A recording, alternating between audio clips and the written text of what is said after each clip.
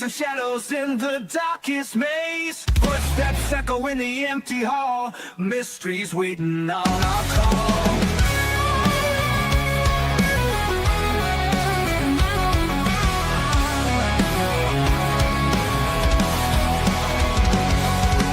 Bigfoot stomping through the pines. Aliens sending secret signs. EVPs in the dead of night. Ghosts dancing in the pale moonlight. Paranormal for a long we bring it to you. Truth behind the veil, gotta pursue you. All right. All right. Welcome, everybody. As you've noticed, these last couple of Thursdays, we've been a little late. Yeah, it's my fault. Well, Jason's got a new title at his job, and so it may push these Thursdays to where they're not at 7 like we used to have them. They may be a little bit later. We're kind of filling it out to see, and may have to adjust the time accordingly, right, Jason? Yeah. But thanks, everybody, for showing up and being here. We really appreciate you. Oh, thank you. Tonight, Jason's put together a pretty good show. Yeah, it might be a little short, but remember, we got somewhere to be tomorrow. Yeah, so tomorrow we're heading to Gardendale, Alabama. Alabama. And we're going to go for the premiere of the movie, Greg's new movie, The Vanished. Oh, yeah.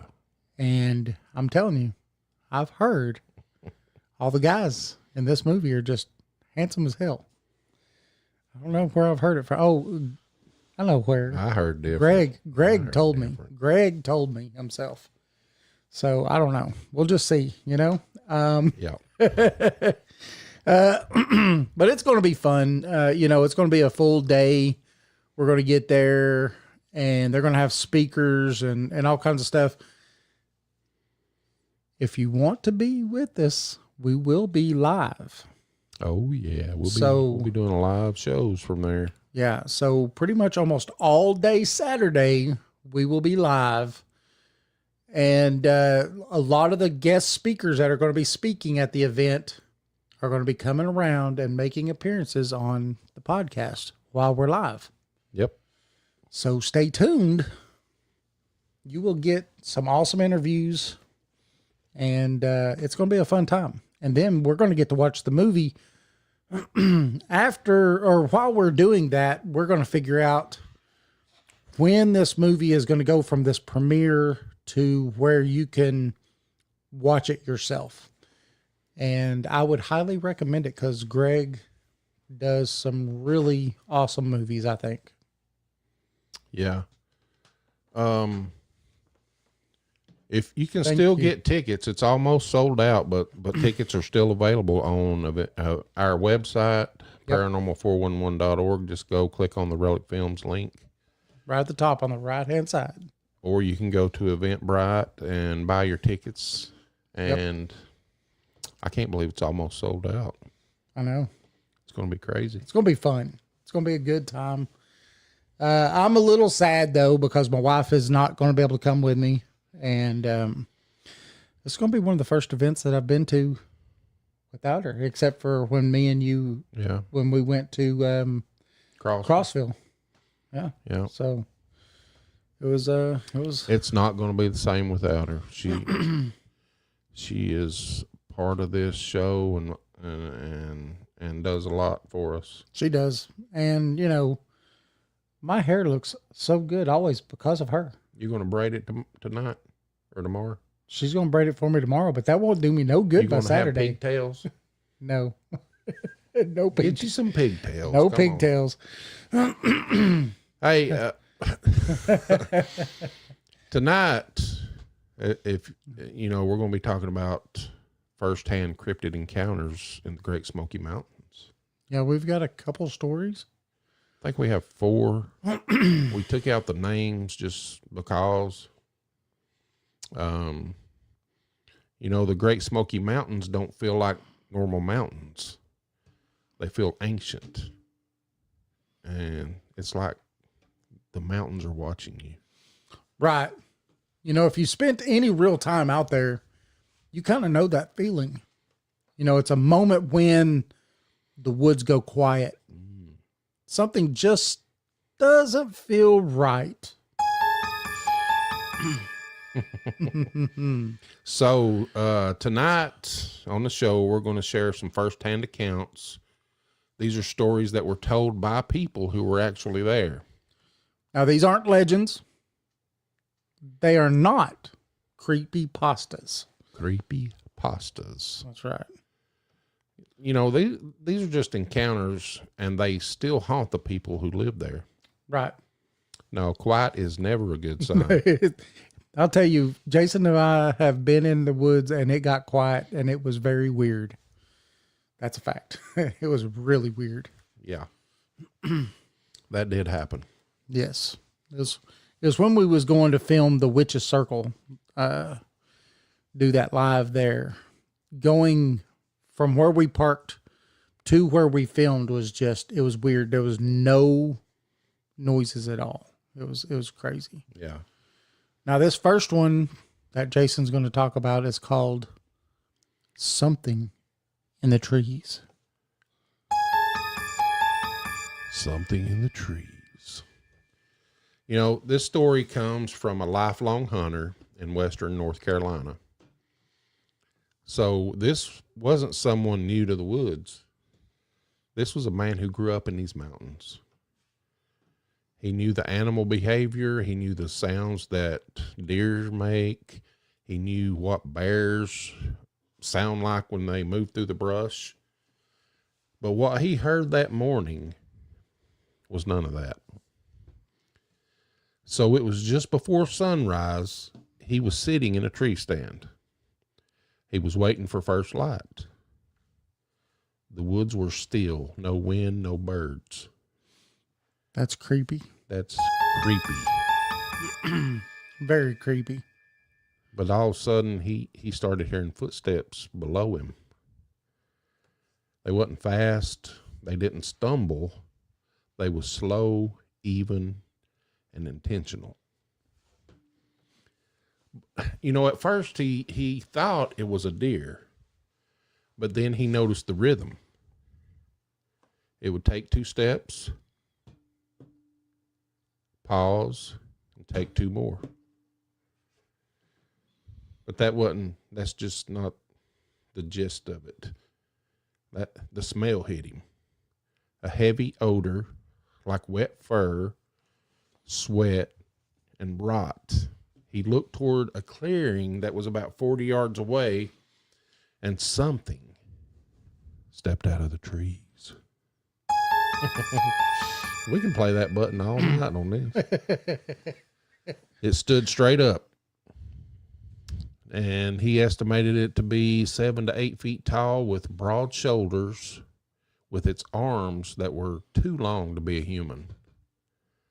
So the hair looked dark and matted, and it, moving slightly as it breathed, it turned its head, but it didn't turn its head like an animal reacting to a noise. It was, but like a person that was realizing that they were being watched, like looking over your shoulder. Yeah, like you're sitting somewhere and then you're like, I feel that feeling that someone's watching me, and then you kind of look around and then all of a sudden you see that person in the corner going. So they locked eyes at one point.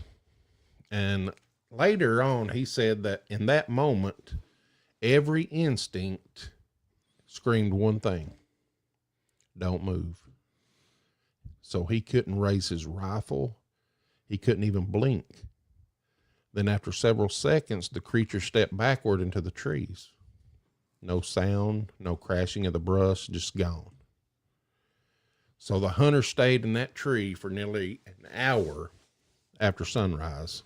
And he finally climbed down. And he left his rifle behind, and he never came to that part of the woods again. That's pretty crazy when you leave your rifle Mm. and you never come back. He must have been a running. You know, and it's also weird. Wonder if he had his brown pants on. I don't know. It's also weird that he couldn't move. Yeah, that sounds like some kind of woo stuff going on. That does. Yeah. Yeah. Like some infrasound or something happened. And, Hunting paralysis. yeah. I don't know. It might have been playing possum. Yeah. 'Cause I tell you, you see something like that, and I don't know. I mean, I seen it in a different way. So I was doing 65 miles an hour down the interstate. So, Yeah. I don't know. There's hunters that talk about, or some hunters that have talked about being in their deer stand and one come underneath them and grab their foot. Wow. Could you imagine that? No. Be like, I wonder, I've heard stories of hunters that's been in the woods for 30, 40 years, see it, they won't step foot back in the woods. It's funny though, because it's like you hear about those hunters like that never go back. But then you hear people like when we bring up Coochie Booger and these other places. Oh, yeah. Oh, man, I've lived there for 30-something years and never had nothing happen. Okay, that's cool. You didn't. But other people have. Yeah. You wasn't there at the right time, or they just didn't want to be seen. Yeah. And I believe, like you say all the time, Jason, I believe that they sometimes do pick who sees them. I do think they pick and choose. I think there's a mental, this has got to do with the woo again. I think there's some kind of reaction between the Sasquatch and the human that they connect. Yeah. They make a connection. Yeah. And they say, oh, They Bluetooth. I think I'm going to let them see me. Yeah. I don't see why not. That makes sense to me. Mm-hmm. I mean, when you're talking about the woo, you have to allow all things to be possible. Yeah. Now, this next encounter happened near Smokemont area of the Smoky Mountains. Now, it was 5 adults. They were all experienced campers, and this happened one night. So the one night that they were there. Now, around midnight, they heard a scream from the woods. Now, this wasn't a fox. It wasn't a coyote. It was a long rising, and then it dropped into something deeper, almost guttural. Yeah. Now, at first, they kind of laughed it off, but then it happened again, just a little closer. That would be Now, freaky. it would. Now, one of the campers, half joking, half nervous, shouted back into the darkness. And then something shouted back. The same rhythm and the same length, only louder and deeper. Then the rocks started coming in. Now, these things weren't thrown randomly. They were aimed. One struck a cooler. Another smashed into a lantern, shattering it instantly. The firelight flickered, and beyond it, they could hear footsteps. These weren't just regular footsteps. They were very heavy. Something was circling them just outside of the light. There's no growling, no charging, just movement. Now, these people stayed huddled together until sunrise. When daylight finally came, they found footprints surrounding the camp. The footprints were way too large to be human, but they were too long to be a bear. They were spaced like something walking upright. They immediately packed up and left without even breakfast. None of them ever went back to that area and camped again. Now, that's crazy. Yeah. When you're going camping somewhere and you have that kind of an activity, and I guess these people really weren't ready for it at all. And have something like that happen, I guess I could understand I don't want to go back there again.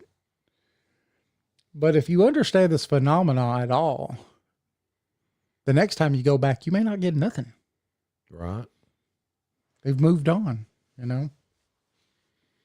You know, what caught me was the rock throwing. Yeah. We have had that experience. Yeah. Our last live investigation. Yeah, and it was aimed. I mean, it went right by my head. What's funny is that you said it, but then when you listen back on the audio, you could hear it whizzing by you because you're the one that was holding the camera. Yeah. And you could hear it go, whoosh, and then you could hear it hit off that brick wall or that rock wall.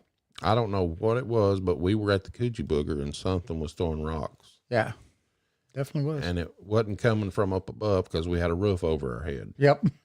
Yeah. Yeah. You can't say that it was nuts falling out of a tree because that's impossible for a nut to land or to come sideways because there's no wind. Couldn't even blame it on wind. So. Yeah. So that was an experience. Yeah. I wish we would have brought the night vision goggles that night. Yeah. We'll learn next time. So this next story is from a family that was hiking near Kliegman's Dome, which is, up above Gatlinburg. Yep. Now this happened in 2011. Overtly overstocked Oscar says she can't think of an animal that throws rocks but us. Right? Yeah, absolutely. Yeah, it was our little experience that happened was pretty interesting, for sure. And if anybody was on that live, they saw Jason's reaction to it. Yeah. I'm ready to go. I'm not sitting here in my back against them woods. Like, let's switch places, Jason. But it was crazy, though. When we switched places, it stopped. Yeah. And then not only did that stop, but then you caught the mist twice. Not once, but twice on the camera. That was a good show, good live show. That was a good live investigation.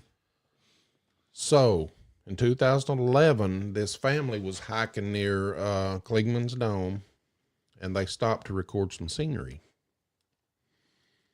They didn't notice anything unusual at the time, but later, after they reviewed the footage, they saw it. In the background between some trees was a tall, dark figure walking upright across the frame. It wasn't rushing, it was just casually walking and just a steady movement. So the father later said that he remembered feeling very uneasy on that trail, like they were being watched. So at the time, he just brushed it off. Then after seeing the footage that they recorded, he wasn't laughing then. When they were watching the footage, the room went silent. So, the family tries to avoid this section of the park. Isn't that funny, though, how they decide that, I'm not going to go back to there again. Yeah. Because, again, like we said, these things don't just sit in one spot. It's not like they're like humans and put up a house and just live there. Right. It's all temporal. They're not there for a very long period of time. And I really think that they move like the Native Americans used to. I think they had summer places, winter places, for hunting, fishing, and all that stuff. Jeff says, same mountain range as Highlands in Scotland, separated by tectonic movement over millions of years. They're older than the Rockies. Yes. Yeah, they, Jeff, they actually say that they're probably the oldest mountain range in the world. Mm-hmm. And at one time they said that they were probably taller than the tallest mountains are today. They're just so old that they've been weathered. Yeah. Which is interesting. Everybody, that's Jeff Reagan from the band Catalyst. Oh, yeah. Yeah. You can go to our website. Yes. Click on their link. Paranormal411.org. Click on the Catalyst picture. Yeah. And it'll take you right to the music. All their music. You can sit there and listen to it all day long. I'm sure they'd love that. Oh, yeah. You know, long before Bigfoot had a name in this area, Cherokee told stories of Tsukalu. Now, this was a great hairy being that lived in the high places of the mountains. Early Appalachian settlers told stories of the wild man, a red-eyed giant that screamed from ridges at night. Now, these weren't campfire stories meant to scare kids. They were warnings. Don't whistle at night. Don't you ever remember that? People telling you not to go into the woods and whistle? Yeah. Wonder why. Don't follow the voices at night. Follow the voices in the woods. You know, because some of the people call them whistlecjacks. Yeah. That's a name for them. Don't follow the voices because people talk about them having the ability to almost mock a kid or a woman to lure you in. Yes, stay on the path. Don't go in the marsh. Overtly overstoked Oscars. That is absolutely right. You know, when I was a kid, we went to Six Flags and there was this ride. And you got to the end of it and then say, there's a man doing like this, you know, just a robot saying, don't go in the marsh. Look, our Stephanie's on. Hey, glad you're here. First, last says they can imitate almost any whistle as well. Yes, absolutely. You know, a lot of people, I've seen where some people have done, you know, gone out into the woods and done these investigations. And during their investigations, they think that they hear like a whippoorwill or something, but it's odd because it's at nighttime and not during the daytime. And usually this bird, whatever it was, and I might be wrong on the whippoorwill side, but it was wrong. It just didn't sound right. And then when they pair them together, it is so close to it, but it's off, you know? And they talk about that fact of that them being able to imitate those kinds of things. Women screaming, all kinds of stuff. Yeah. What if you was walking in the woods, you heard David. Yeah, you know. David. So coming from a paranormal background, I would be like, what do you want? I'm not going there, but what do you want? You know? You know, some people say that these stories are misidentifications, Jason. What, like fear, shadows, bears? Right. You know, maybe some of them are. Maybe some of them are. But people, they've lived in these mountains their entire lives. Right. You know, they describe the same things over and over again. Right. The silence, the feeling of being watched, all these things, right? The screams, the stinky smells, all these things. Yeah. I mean, you just start to wonder. I wonder what's really out there. Yeah. I mean, I've never seen it, but I have had something throw rocks at me. And that's one of their traits is rock throwing. Yeah. David's actually seen a Bigfoot live in person. It was big. And, but I think there's all kind. I think there's something out there. We just got to keep looking. You know, I always believed that there was, just because of the amount of evidence, the amount of people that have seen them. That alone had already convinced me, way before I had ever seen one. That alone already convinced me. Beyond the fact that all the footprints, handprints, you know, all of these other things that people have collected. And then now DNA, you know? Yeah. It's crazy. Oh, First, last in Oregon. I've searched for years and nothing outside of a good footprint. Wow. You know, where I had my sighting was probably just opposite of where you are. It was on I-90 in Washington. And that's where I had my sighting. So I definitely know that they're out there. I know that they're here in East Tennessee where we live. You know, I know that they're real. Again, I've seen them. You know, I've seen one. I can't say them. I have seen one. And he, she, whatever it was massive. And it more than opened my eyes. But the problem I have, and maybe some of you in the chat room could help me with this. Jason and I stand on one side of this. A lot of other people, I don't know why they're afraid to make the leap, but I believe that it is more than just flesh and blood. I believe it is a very intellectual creature. I think it's smart. But at the same time, I think that there's something else about this creature. The fact that it can seemingly just disappear. The fact that it can seemingly go in and out of portals, which have been seen on Skinwalker Ranch before. You know, these things literally coming in and out of portals.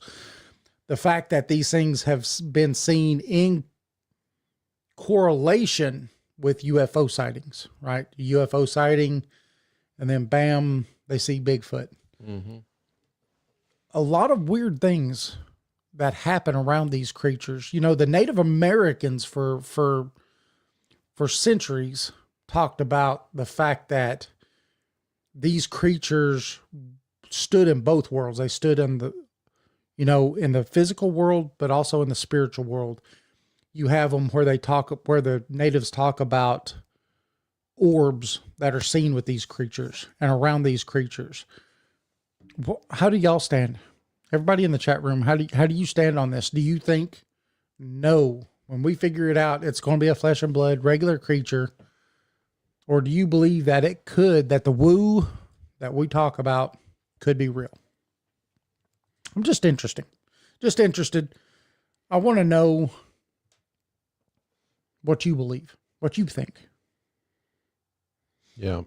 Like David said, I think they're both. I think it is flesh and blood when it's here, this dimension. Yes. Good. And I do believe it's a dimensional creature. I mean, a dimension is just another level of consciousness, right? Right. Well, I mean, you look at it, we're three-dimensional creatures. Yeah. Right. We live in the three dimensions. So we can see three-dimensional, two-dimensional, one-dimensional. It's what we can physically see and interact with.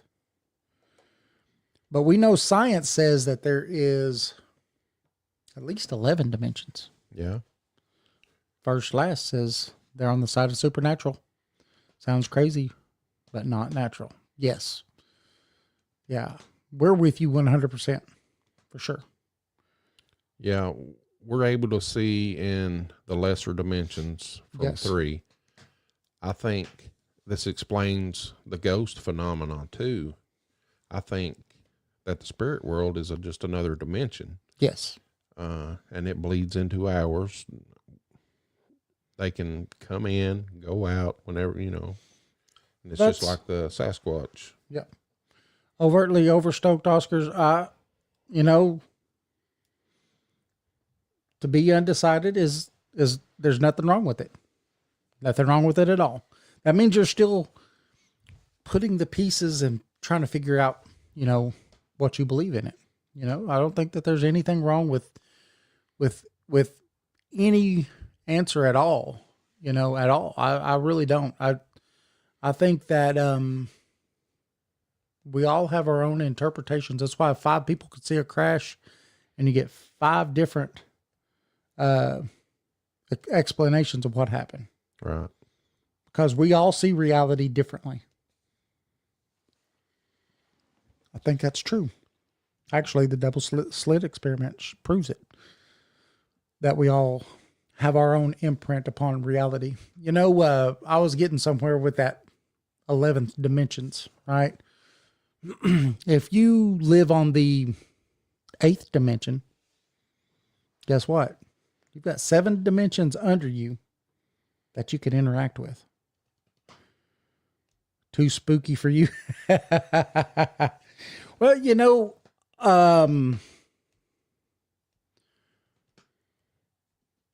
you live in an area that gets some activity.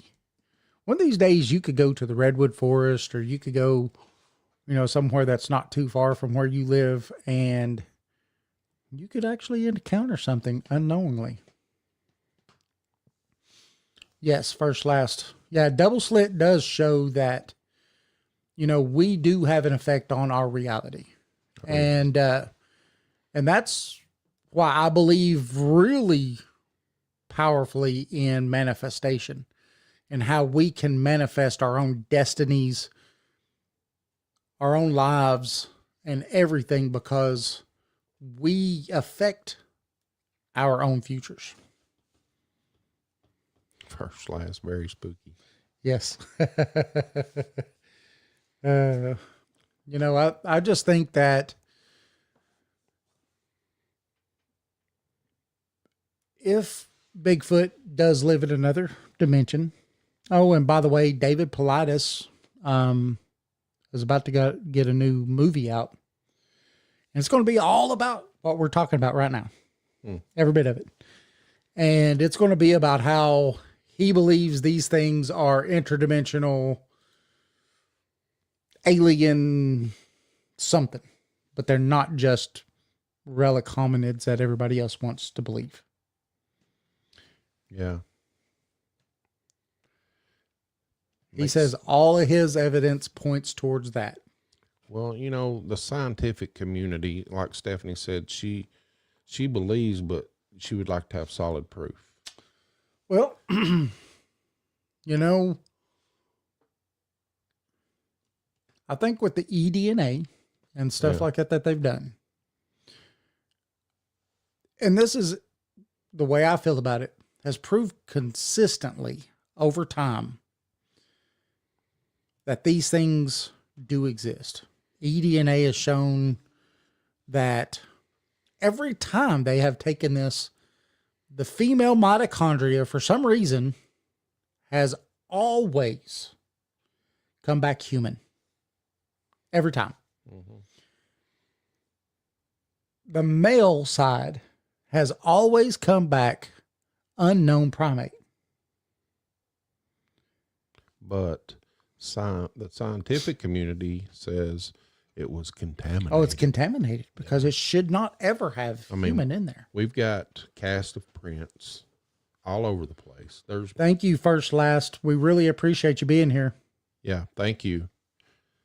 So you got prints all over the world. Yes. You've got some pretty good film. Yeah.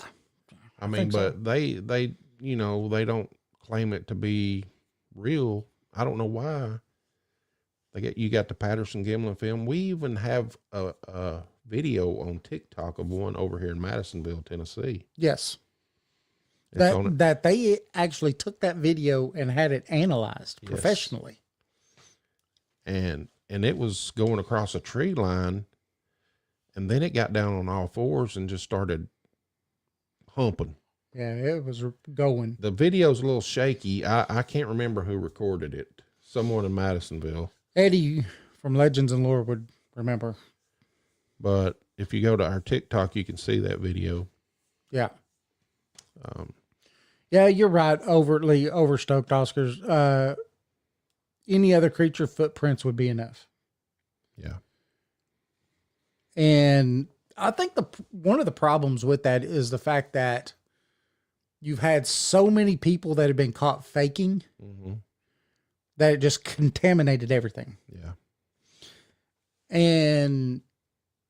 But you know, we've had great people in this field that talk about it. that have added so much to the field. You know, one of them's just passed. Dr. Meldrum. Dr. Jeffrey Meldrum, yeah. And I think that he added so much and brought so much credibility to the field that, you know, it has already made a major impact because he proved that, you know, he could look at a footprint and tell you what was real and what wasn't. Yeah. Definitively. You know, he could talk about the foot morphology, why it moved the way it did, how it bent in the middle, why it did all the things that it did. It was amazing. But, you know, without these people, it makes it harder because then, you know, we're just all a bunch of kooks and crazies and go looking for creatures that don't exist. Here all my life. I've never seen nothing like that. You don't get out much. Yeah. I hunted that woods all my life. Never saw it. Never. Maybe it didn't like you. Maybe. Maybe you thought you were trying to kill it. Maybe. He convinced me with his castings. Healing wound on several prints. Yes, absolutely. You know, he even proved that in some cases where in the same area, they had multiple castings over multiple years, and he could almost prove, kind of like what you was just talking about, how it was the same individual growing older and stuff like that. Exactly. Yeah, there's no way. And then the dermal ridges, you know, every once in a while they would get castings that were so good that they would have the dermal ridges. Yeah, I remember that. You can't fake dermal ridges. I remember that one where they were not tracking it, but keeping a log of this one particular Sasquatch that did have a deformity on its foot. Yeah, it had that club foot or something. Yeah, and it was small at first, then the track got bigger. Yeah. Yeah, you can't fake that. No. No way. No way. I think that maybe one of these days we will figure it out. You know, for the last umpteen years, people have been going out looking for some American gorilla or something. And I think as long as we are stuck in that mindset where we think that this is what it is, no matter what Jason just told me about what he just saw, you know, that this thing appeared in front of him and then it just disappeared in front of him and all these things, right? And then we just discount all the evidence. And I mean all of it. When we go discounting all that stuff, we're never going to find it. Yeah. When we take the woo out of it, maybe we need to rename the woo, Jason. What? To what? I don't know. We'll have to think about this because the woo gives it that feel, right? It's not real. It's made up. It's a unicorn sitting on a bank talking to a fairy, right? That's the feel you get from it, right? The woo. It's out there. It doesn't exist. We're just making it up. You know, that's what you get from when you talk about the woo. We need to rename the woo, like we was talking about in our last show. How we need to talk about investigating, right? We're not hunting, we're investigating. It's about changing how we talk about these things to make it to where it takes the stigma away from it. Yeah. It no longer will have that stigma attached to it. It can't be the woo because the woo says you're crazy. You're crazy. Oh, you're also one of those UFO guys too, huh? You know, that's what it says. Well, you know what? The government's even talking about the UFOs. And there's plenty of UAP sightings and orbs around Bigfoot sightings. Yes. Plenty.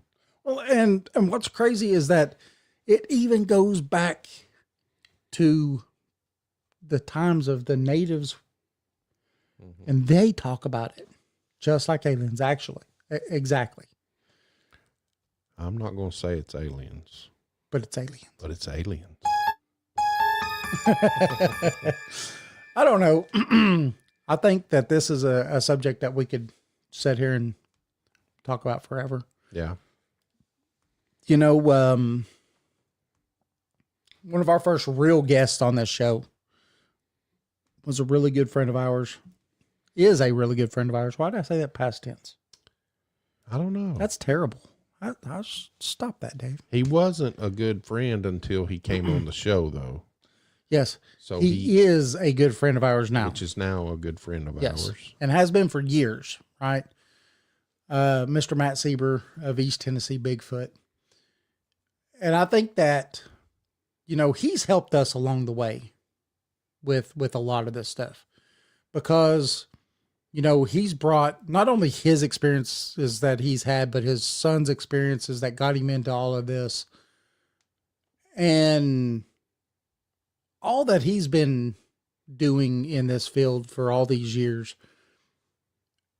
And I think it helped fast track Jason and I into, oh, it's not just some kind of a monkey. It must be something else. Yeah. And really got us going down this long road that, you know, we're on now with very few people who will just come outright and say it. And they're just denying it for themselves. That's why. That's all they're doing. Is just denying it because they don't want to seem crazy. Yeah. I mean, paranormal is anything not normal. Yes. And that's not normal. No. When something vanishes in front of your eyes or mind speaks to you and tells you, don't come any closer. Hey, Michelle. Hey, Michelle. That's not normal. Right. I mean. Yeah. Anything that could take 2 or 3 steps and then just disappear. Yeah, about Not that. Not normal. Yeah, people find one track. Yeah. One footprint and then nothing. Yeah. That ain't normal. No. I can't walk into mud or something or something like that and then just leave one footprint. They either went up in a tree or they went into their dimension. Yep. Or they turned into an orb and floated off. Yeah. Overtly says, calling Bigfoot a monkey is rude and meant to be taken as rude. Humans have to be number one. Yes. Well, you know, a good friend of mine, of Jason's and ours, Jeff Reagan, that was on just a few minutes ago, says that it's all of that kind of stuff is leftover monkey. You know, monkeys have to be the highest in the tree is the one who's in charge, right? Yeah. And so all of that kind of stuff is leftover monkey stuff. And I'm saying stuff because, you know, I'm trying to keep it rated PG, but, you know, it is because they're not monkeys. They're great apes. They're not semi-intellectual because these things can stay off the grid, live perfectly fine, and know how to hide from humans. But then you have the naysayers, right? Oh, but they've been spotted, so they can't stay hidden for long. Wrong. Jason says it. Say it, Jason. They pick and choose. They want you to see them when they want to be seen. When they want you to see them, when they think you're ready. It's all about vibration. I think they can feel your vibration. Yeah. And I think that anything of a higher vibration would be able to feel something. Yes. Others' vibration. Sure. Why not? Maybe I can't see them directly, but David's vibration may be higher and he can look straight at them. That would be pretty cool. Yeah. I mean, it's like looking through a magnifying glass. You don't see it, then you do. Right. You're right. Overtly, Bigfoot would be a primate. like we are. So half alien, half primate. yes, all alien, part primate. No. I'm not saying it's alien. Do you remember? And I'm asking you because this is your favorite show of all time. What show is it? Stargate. Do you remember The Knock? Oh yeah. Would they not be like The Knock? Yeah. I mean, except for more primate-y, big. I mean, the Knock they were pretty hairy. Their hair was really wild. Yeah, had twigs and stuff all in it. Yeah. Yeah. They were of nature. Yes. And But they had immense technology. Yes, they okay, here's how it goes. They made it look like they were, you know, not overachievers. They were just on the ground. And finally at the end of the episode, they wanted to show SG-1 something, and they waved their hand up, and you look up and there's this big, beautiful city that they're from. Just floating in the sky. Yeah, it's wild. Yeah. Oh, see, overtly knows. Yeah. So The Knock. What if that is the Bigfoot? Yeah. That's what we're postulating here. I mean, honestly, it's the fact that they may not be these big, hairy things running through the woods, stinking. I mean, you know, they may throw a dead skunk at you or something. Just overtly says, I don't go into the forest because I feel like they'd want me to see them. My family already thinks I'm crazy. You know what? It's fun to be the crazy one in the family. People leave you alone. Yeah. Yes, they appeared helpless, but were smarter than it. And you know what was funny about that episode, talking about that episode, is that at the end, they were trying to, like, Daniel kept like, oh, we need to help you. You need to this and that and everything. And then he was like, all right, we don't need your help. Daniel, look, thank you, but we don't need your help. We got this. There ain't nothing that those guys can do to us, you know? Exactly. Very end of the show. And I think that it has a little bit to say about what we're talking about with these creatures. Mm-hmm. You know, the abilities that they seem to have could be technological. Yeah. And they hide them, you know, very well, elusively. Yeah. Then, like if they go back to their own dimension in their big old city, and they'll say, "Did you see how them crazy things acted?" Talking about us. Yeah, exactly. You see what they look like? Oh, man, they're ugly. Boy, they're so short. You got such little feet. I don't know. I think that there's definitely something to this. So we could be the little foot to them. Yes. They could be calling us little feet. Yep. Oh, hairless little feet. Yeah, those hairless little feet people. Wonder what they eat because they're so little.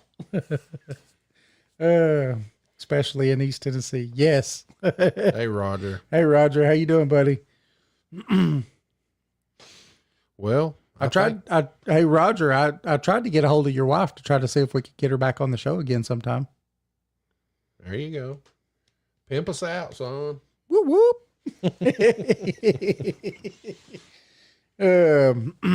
Hey, you know, thanks everybody for showing up and making this show great. Oh, thank you, Roger. We would definitely appreciate it because we had a good time. Oh, a new book. I see. That's even better. Oh, yeah. We'll have to buy the book.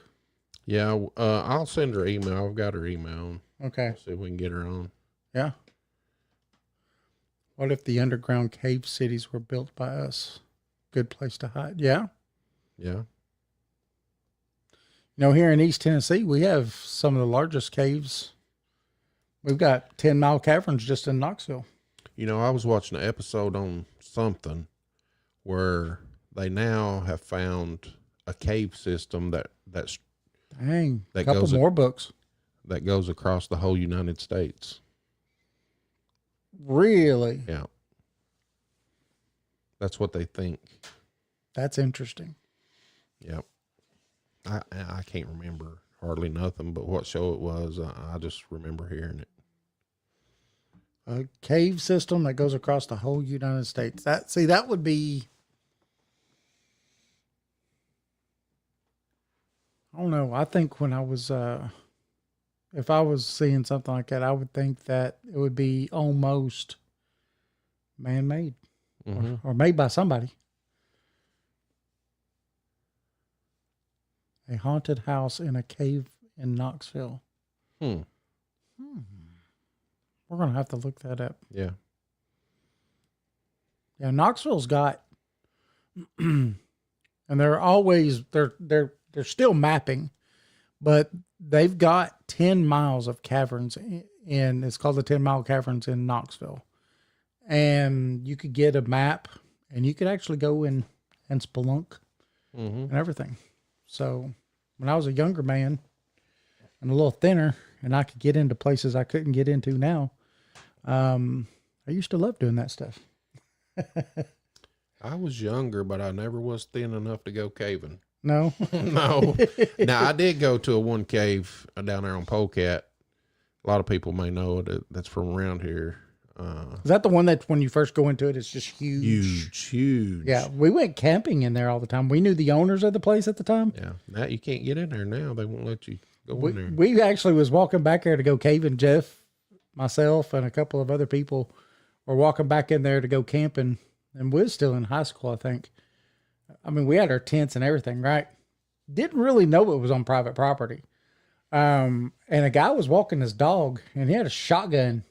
And he's like, pointed it at us and was like, what? We're just here to go caving. And was just going to go camping in the caves and everything. That's all we was going to do. And we talked with him for a few minutes, and he's like, look, I'll let you guys go camping and cave and into the cave and everything. You got to promise me you clean up after yourself. You won't leave it a mess and all this other stuff. And then they gave us his number. And so every time we went to go, we'd call him. And they'd let us go. When I went, see, my mom had talked about the cave because my dad was in the Navy during Vietnam, and he had hit an officer trying to get out and went AWOL. And that's where he was at. He stayed in that cave, and she would bring him food and stuff. And I finally went, and you know, the volcano looking hole that. Yeah, we always talked about rappelling from there. Yeah. My name is carved on that wall somewhere. Is it? Yeah. So you were the people he didn't want back in there. Hey, it was art. Oh, yeah. Yeah, that's it. Cave art. 100 years from now, they'll be like, ooh, look at this guy, Jason. 1979. We had fun in there, though, man. There was a place where when you first went in, you know, that creek that run through it. Mm-hmm. Oh, yeah. We'd catch. No eyes. And, yeah. That is weird, ain't it? Yeah. I got one out there. It didn't have any eyes because it had adapted to the darkness. Yep. And, but if you go in, we'd set up right there because it had that sandy like beach. We'd set up there our tents and everything. And then if you go to the left and you go back there, you go up this wall, and then there's this little bitty tiny place to crawl into. You go back about a half a football field. Your head was here, and you couldn't lift your head more than that. And you had to army crawl. Mm-hmm. And bats sometimes they would fly by you, and you could hear them.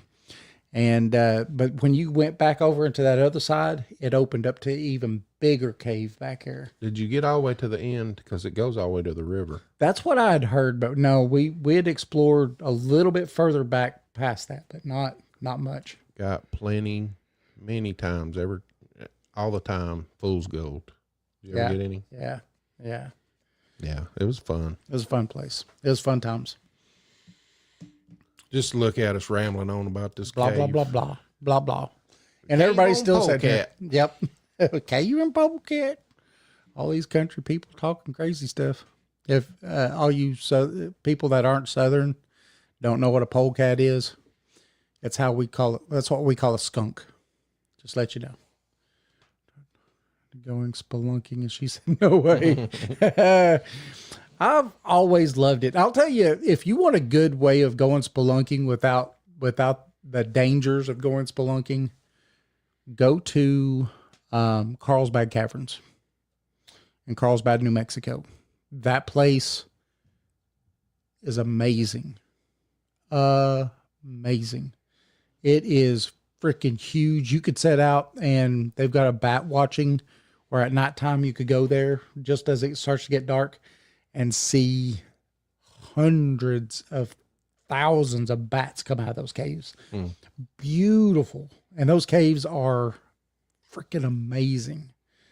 And you could get a little walkie-talkie. Well, you know, last time I went, I was a kid. So that was a many years ago. We used to go about every year when I was a kid. It's about like, you know, people around here going to Dollywood. You got this like radio. And when you got to certain spots, it would start telling you about stuff. So you get a guided or a self-guided tour. And, but you get down to this middle section, and it was way down there. And this cave was massive. And they had where you could buy food and everything. It was like a cafeteria in there. About like the Lost Sea? Oh, bigger. I mean, the setup. Cafeteria, souvenir shop. Yeah, but no, it was inside the cave. Oh, it was down inside the cave? In the cave. It was a cafeteria. Oh. Yes, it was in the middle of the cave. Well, you know, Lost Sea a long time ago, back in probably the 1800s, they had a bar down there, early 1900s. People would go down there and drink themselves silly, wouldn't feel it till they got on top. They started climbing those stairs back out. Then they would be drunk. That's weird. Yeah, that's amazing. Oh, anyway, thanks everybody for showing up and being part of this great show. Jason put this show together, and from some people, some listeners' stories that they had sent in to us and stuff. And I want to thank everybody that does that. Remember, if you do have a story and you would like to tell it, you just email us at info@paranormal411.org. And if you'd just like to write it in and like these people did and want us to tell it, you know, again, info@paranormal411.org. Send it in and just let us know, hey, you know, this is my story and it's okay to tell it. We definitely look forward to that. Usually Tuesdays, you know, are 1 hour shows. And so if you have a story, or Thursday, I'm sorry, I'm saying Tuesdays. I don't know how the heck I got that. We used to do them on Tuesday. We did Tuesday and Thursday, but anyway, Thursday shows are for you. And so, I hope you enjoy them. And, if you'd like to be on sometime and tell your story, definitely let us know. So, also, if you go to paranormal411.org, we do have a blog. We've got, I don't know, probably 20 stories or better that we've posted. A lot of them are these short stories or these short shows that we do. We put them up on the blog so that you could read them. And so I know some people, you know, read better than they do on listening. So, it's definitely up there. And, we have a great website. So definitely go and visit it. That's paranormal411.org. We definitely appreciate it. Sign up for free. Yep. If you do want to support the website and the show, there's a membership that you can get for $2, or you can be a super sponsor for $10. Yes. And we appreciate everybody that listens and watches us. Yeah, definitely. Be part of the show. Remember, Saturday. We're going to be starting around 9 a.m. We're going to be live at the Vanished premiere in Gardendale, Alabama. It's going to be kind of like when we do the Bigfoot Festival. We're going to do, I guess, 2-hour blocks or something. Yeah. It's going to be all the way up to about 5 p.m. because I think the Vanished premiere starts at 5 p.m. So all the way up till 5, we're going to be, doing our live show. We are going to have the speakers are going to be coming by the booth. And so you will get to actually listen to the speakers talk to us for a little bit. Oh, yeah. So it's going to be fun. Oh, thank you, Overtley. Yeah, it's going to be an all-day event. And if you're in the area of Gardendale, Alabama, they do have a few tickets still available. It's almost sold out, but there's a few tickets left. Yep. You can go to our website at paranormal411.org, click on Relic Films, and it'll take you straight to where you can buy the tickets. Yes. And then you can see us. And it's just 3.5, maybe 4 hours from away where we live. From where we live. Yep. So it's not that far. Yep. It's going to be a great time. We're going to have fun. There's going to be a lot of good stories, and Greg puts on, really good films. So I'm really excited to see what this film is about and everything. So I've heard there were some pretty people in it. There's some pretty people. The guys, from what I've heard, all the guys are just handsome in this. And so I'm going to see, I don't know. So we'll see. One of them looks like someone you may know if you watch the movie. So yeah, you'll definitely have to let us know if you find that person. All right. Right? Yeah. Right? It's going to be, we're going to have a great time, and we do look forward to bringing it to you live. And it's definitely going to be great. Remember, we'll see you Saturday. Yeah, don't forget. All day Saturday. All day. Just all check day. us out. We'll be here all day. You could come in and out as you please, just keep us running in the background. Even if we're not talking, we'll show you the all the things that's going on. Yeah. If you've watched any of our other ones that we've done, like last year when we was at the Bigfoot Festival, we'll have a camera that's facing out. And if we're not even talking or doing anything, that camera will be on. And that'll also be the same camera that when we have the guests and stuff like that, or people coming by talking to us, we'll set them in the hot seat and chit chat with them. Oh yeah. So definitely pay attention. Thanks everybody for showing up. We really appreciate you. And remember, you can find us at paranormal411.org, Paranormal 411 on Facebook, YouTube, X, and Rumble. Tune in live every Thursday from 7 to 8 p.m. Eastern Time. Also Saturdays from 8 to 10 p.m. Eastern Time. Now we're also on Subspace Radio and all major podcast platforms. Remember, we do have a few books out. East Tennessee Hauntings and Lore Edition 2, A Comprehensive Guide to Paranormal Investigations, and The Haunted Ledger.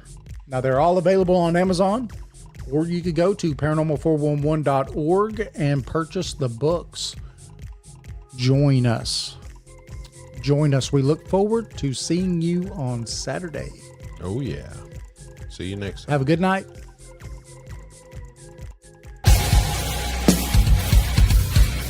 Have you ever wondered what lurks in the shadows? What secrets the night hides? What strange phenomena might be happening just beyond your perception? Join us as we journey into the world of the paranormal, exploring everything from ghosts and UFOs to cryptids and unexplained occurrences.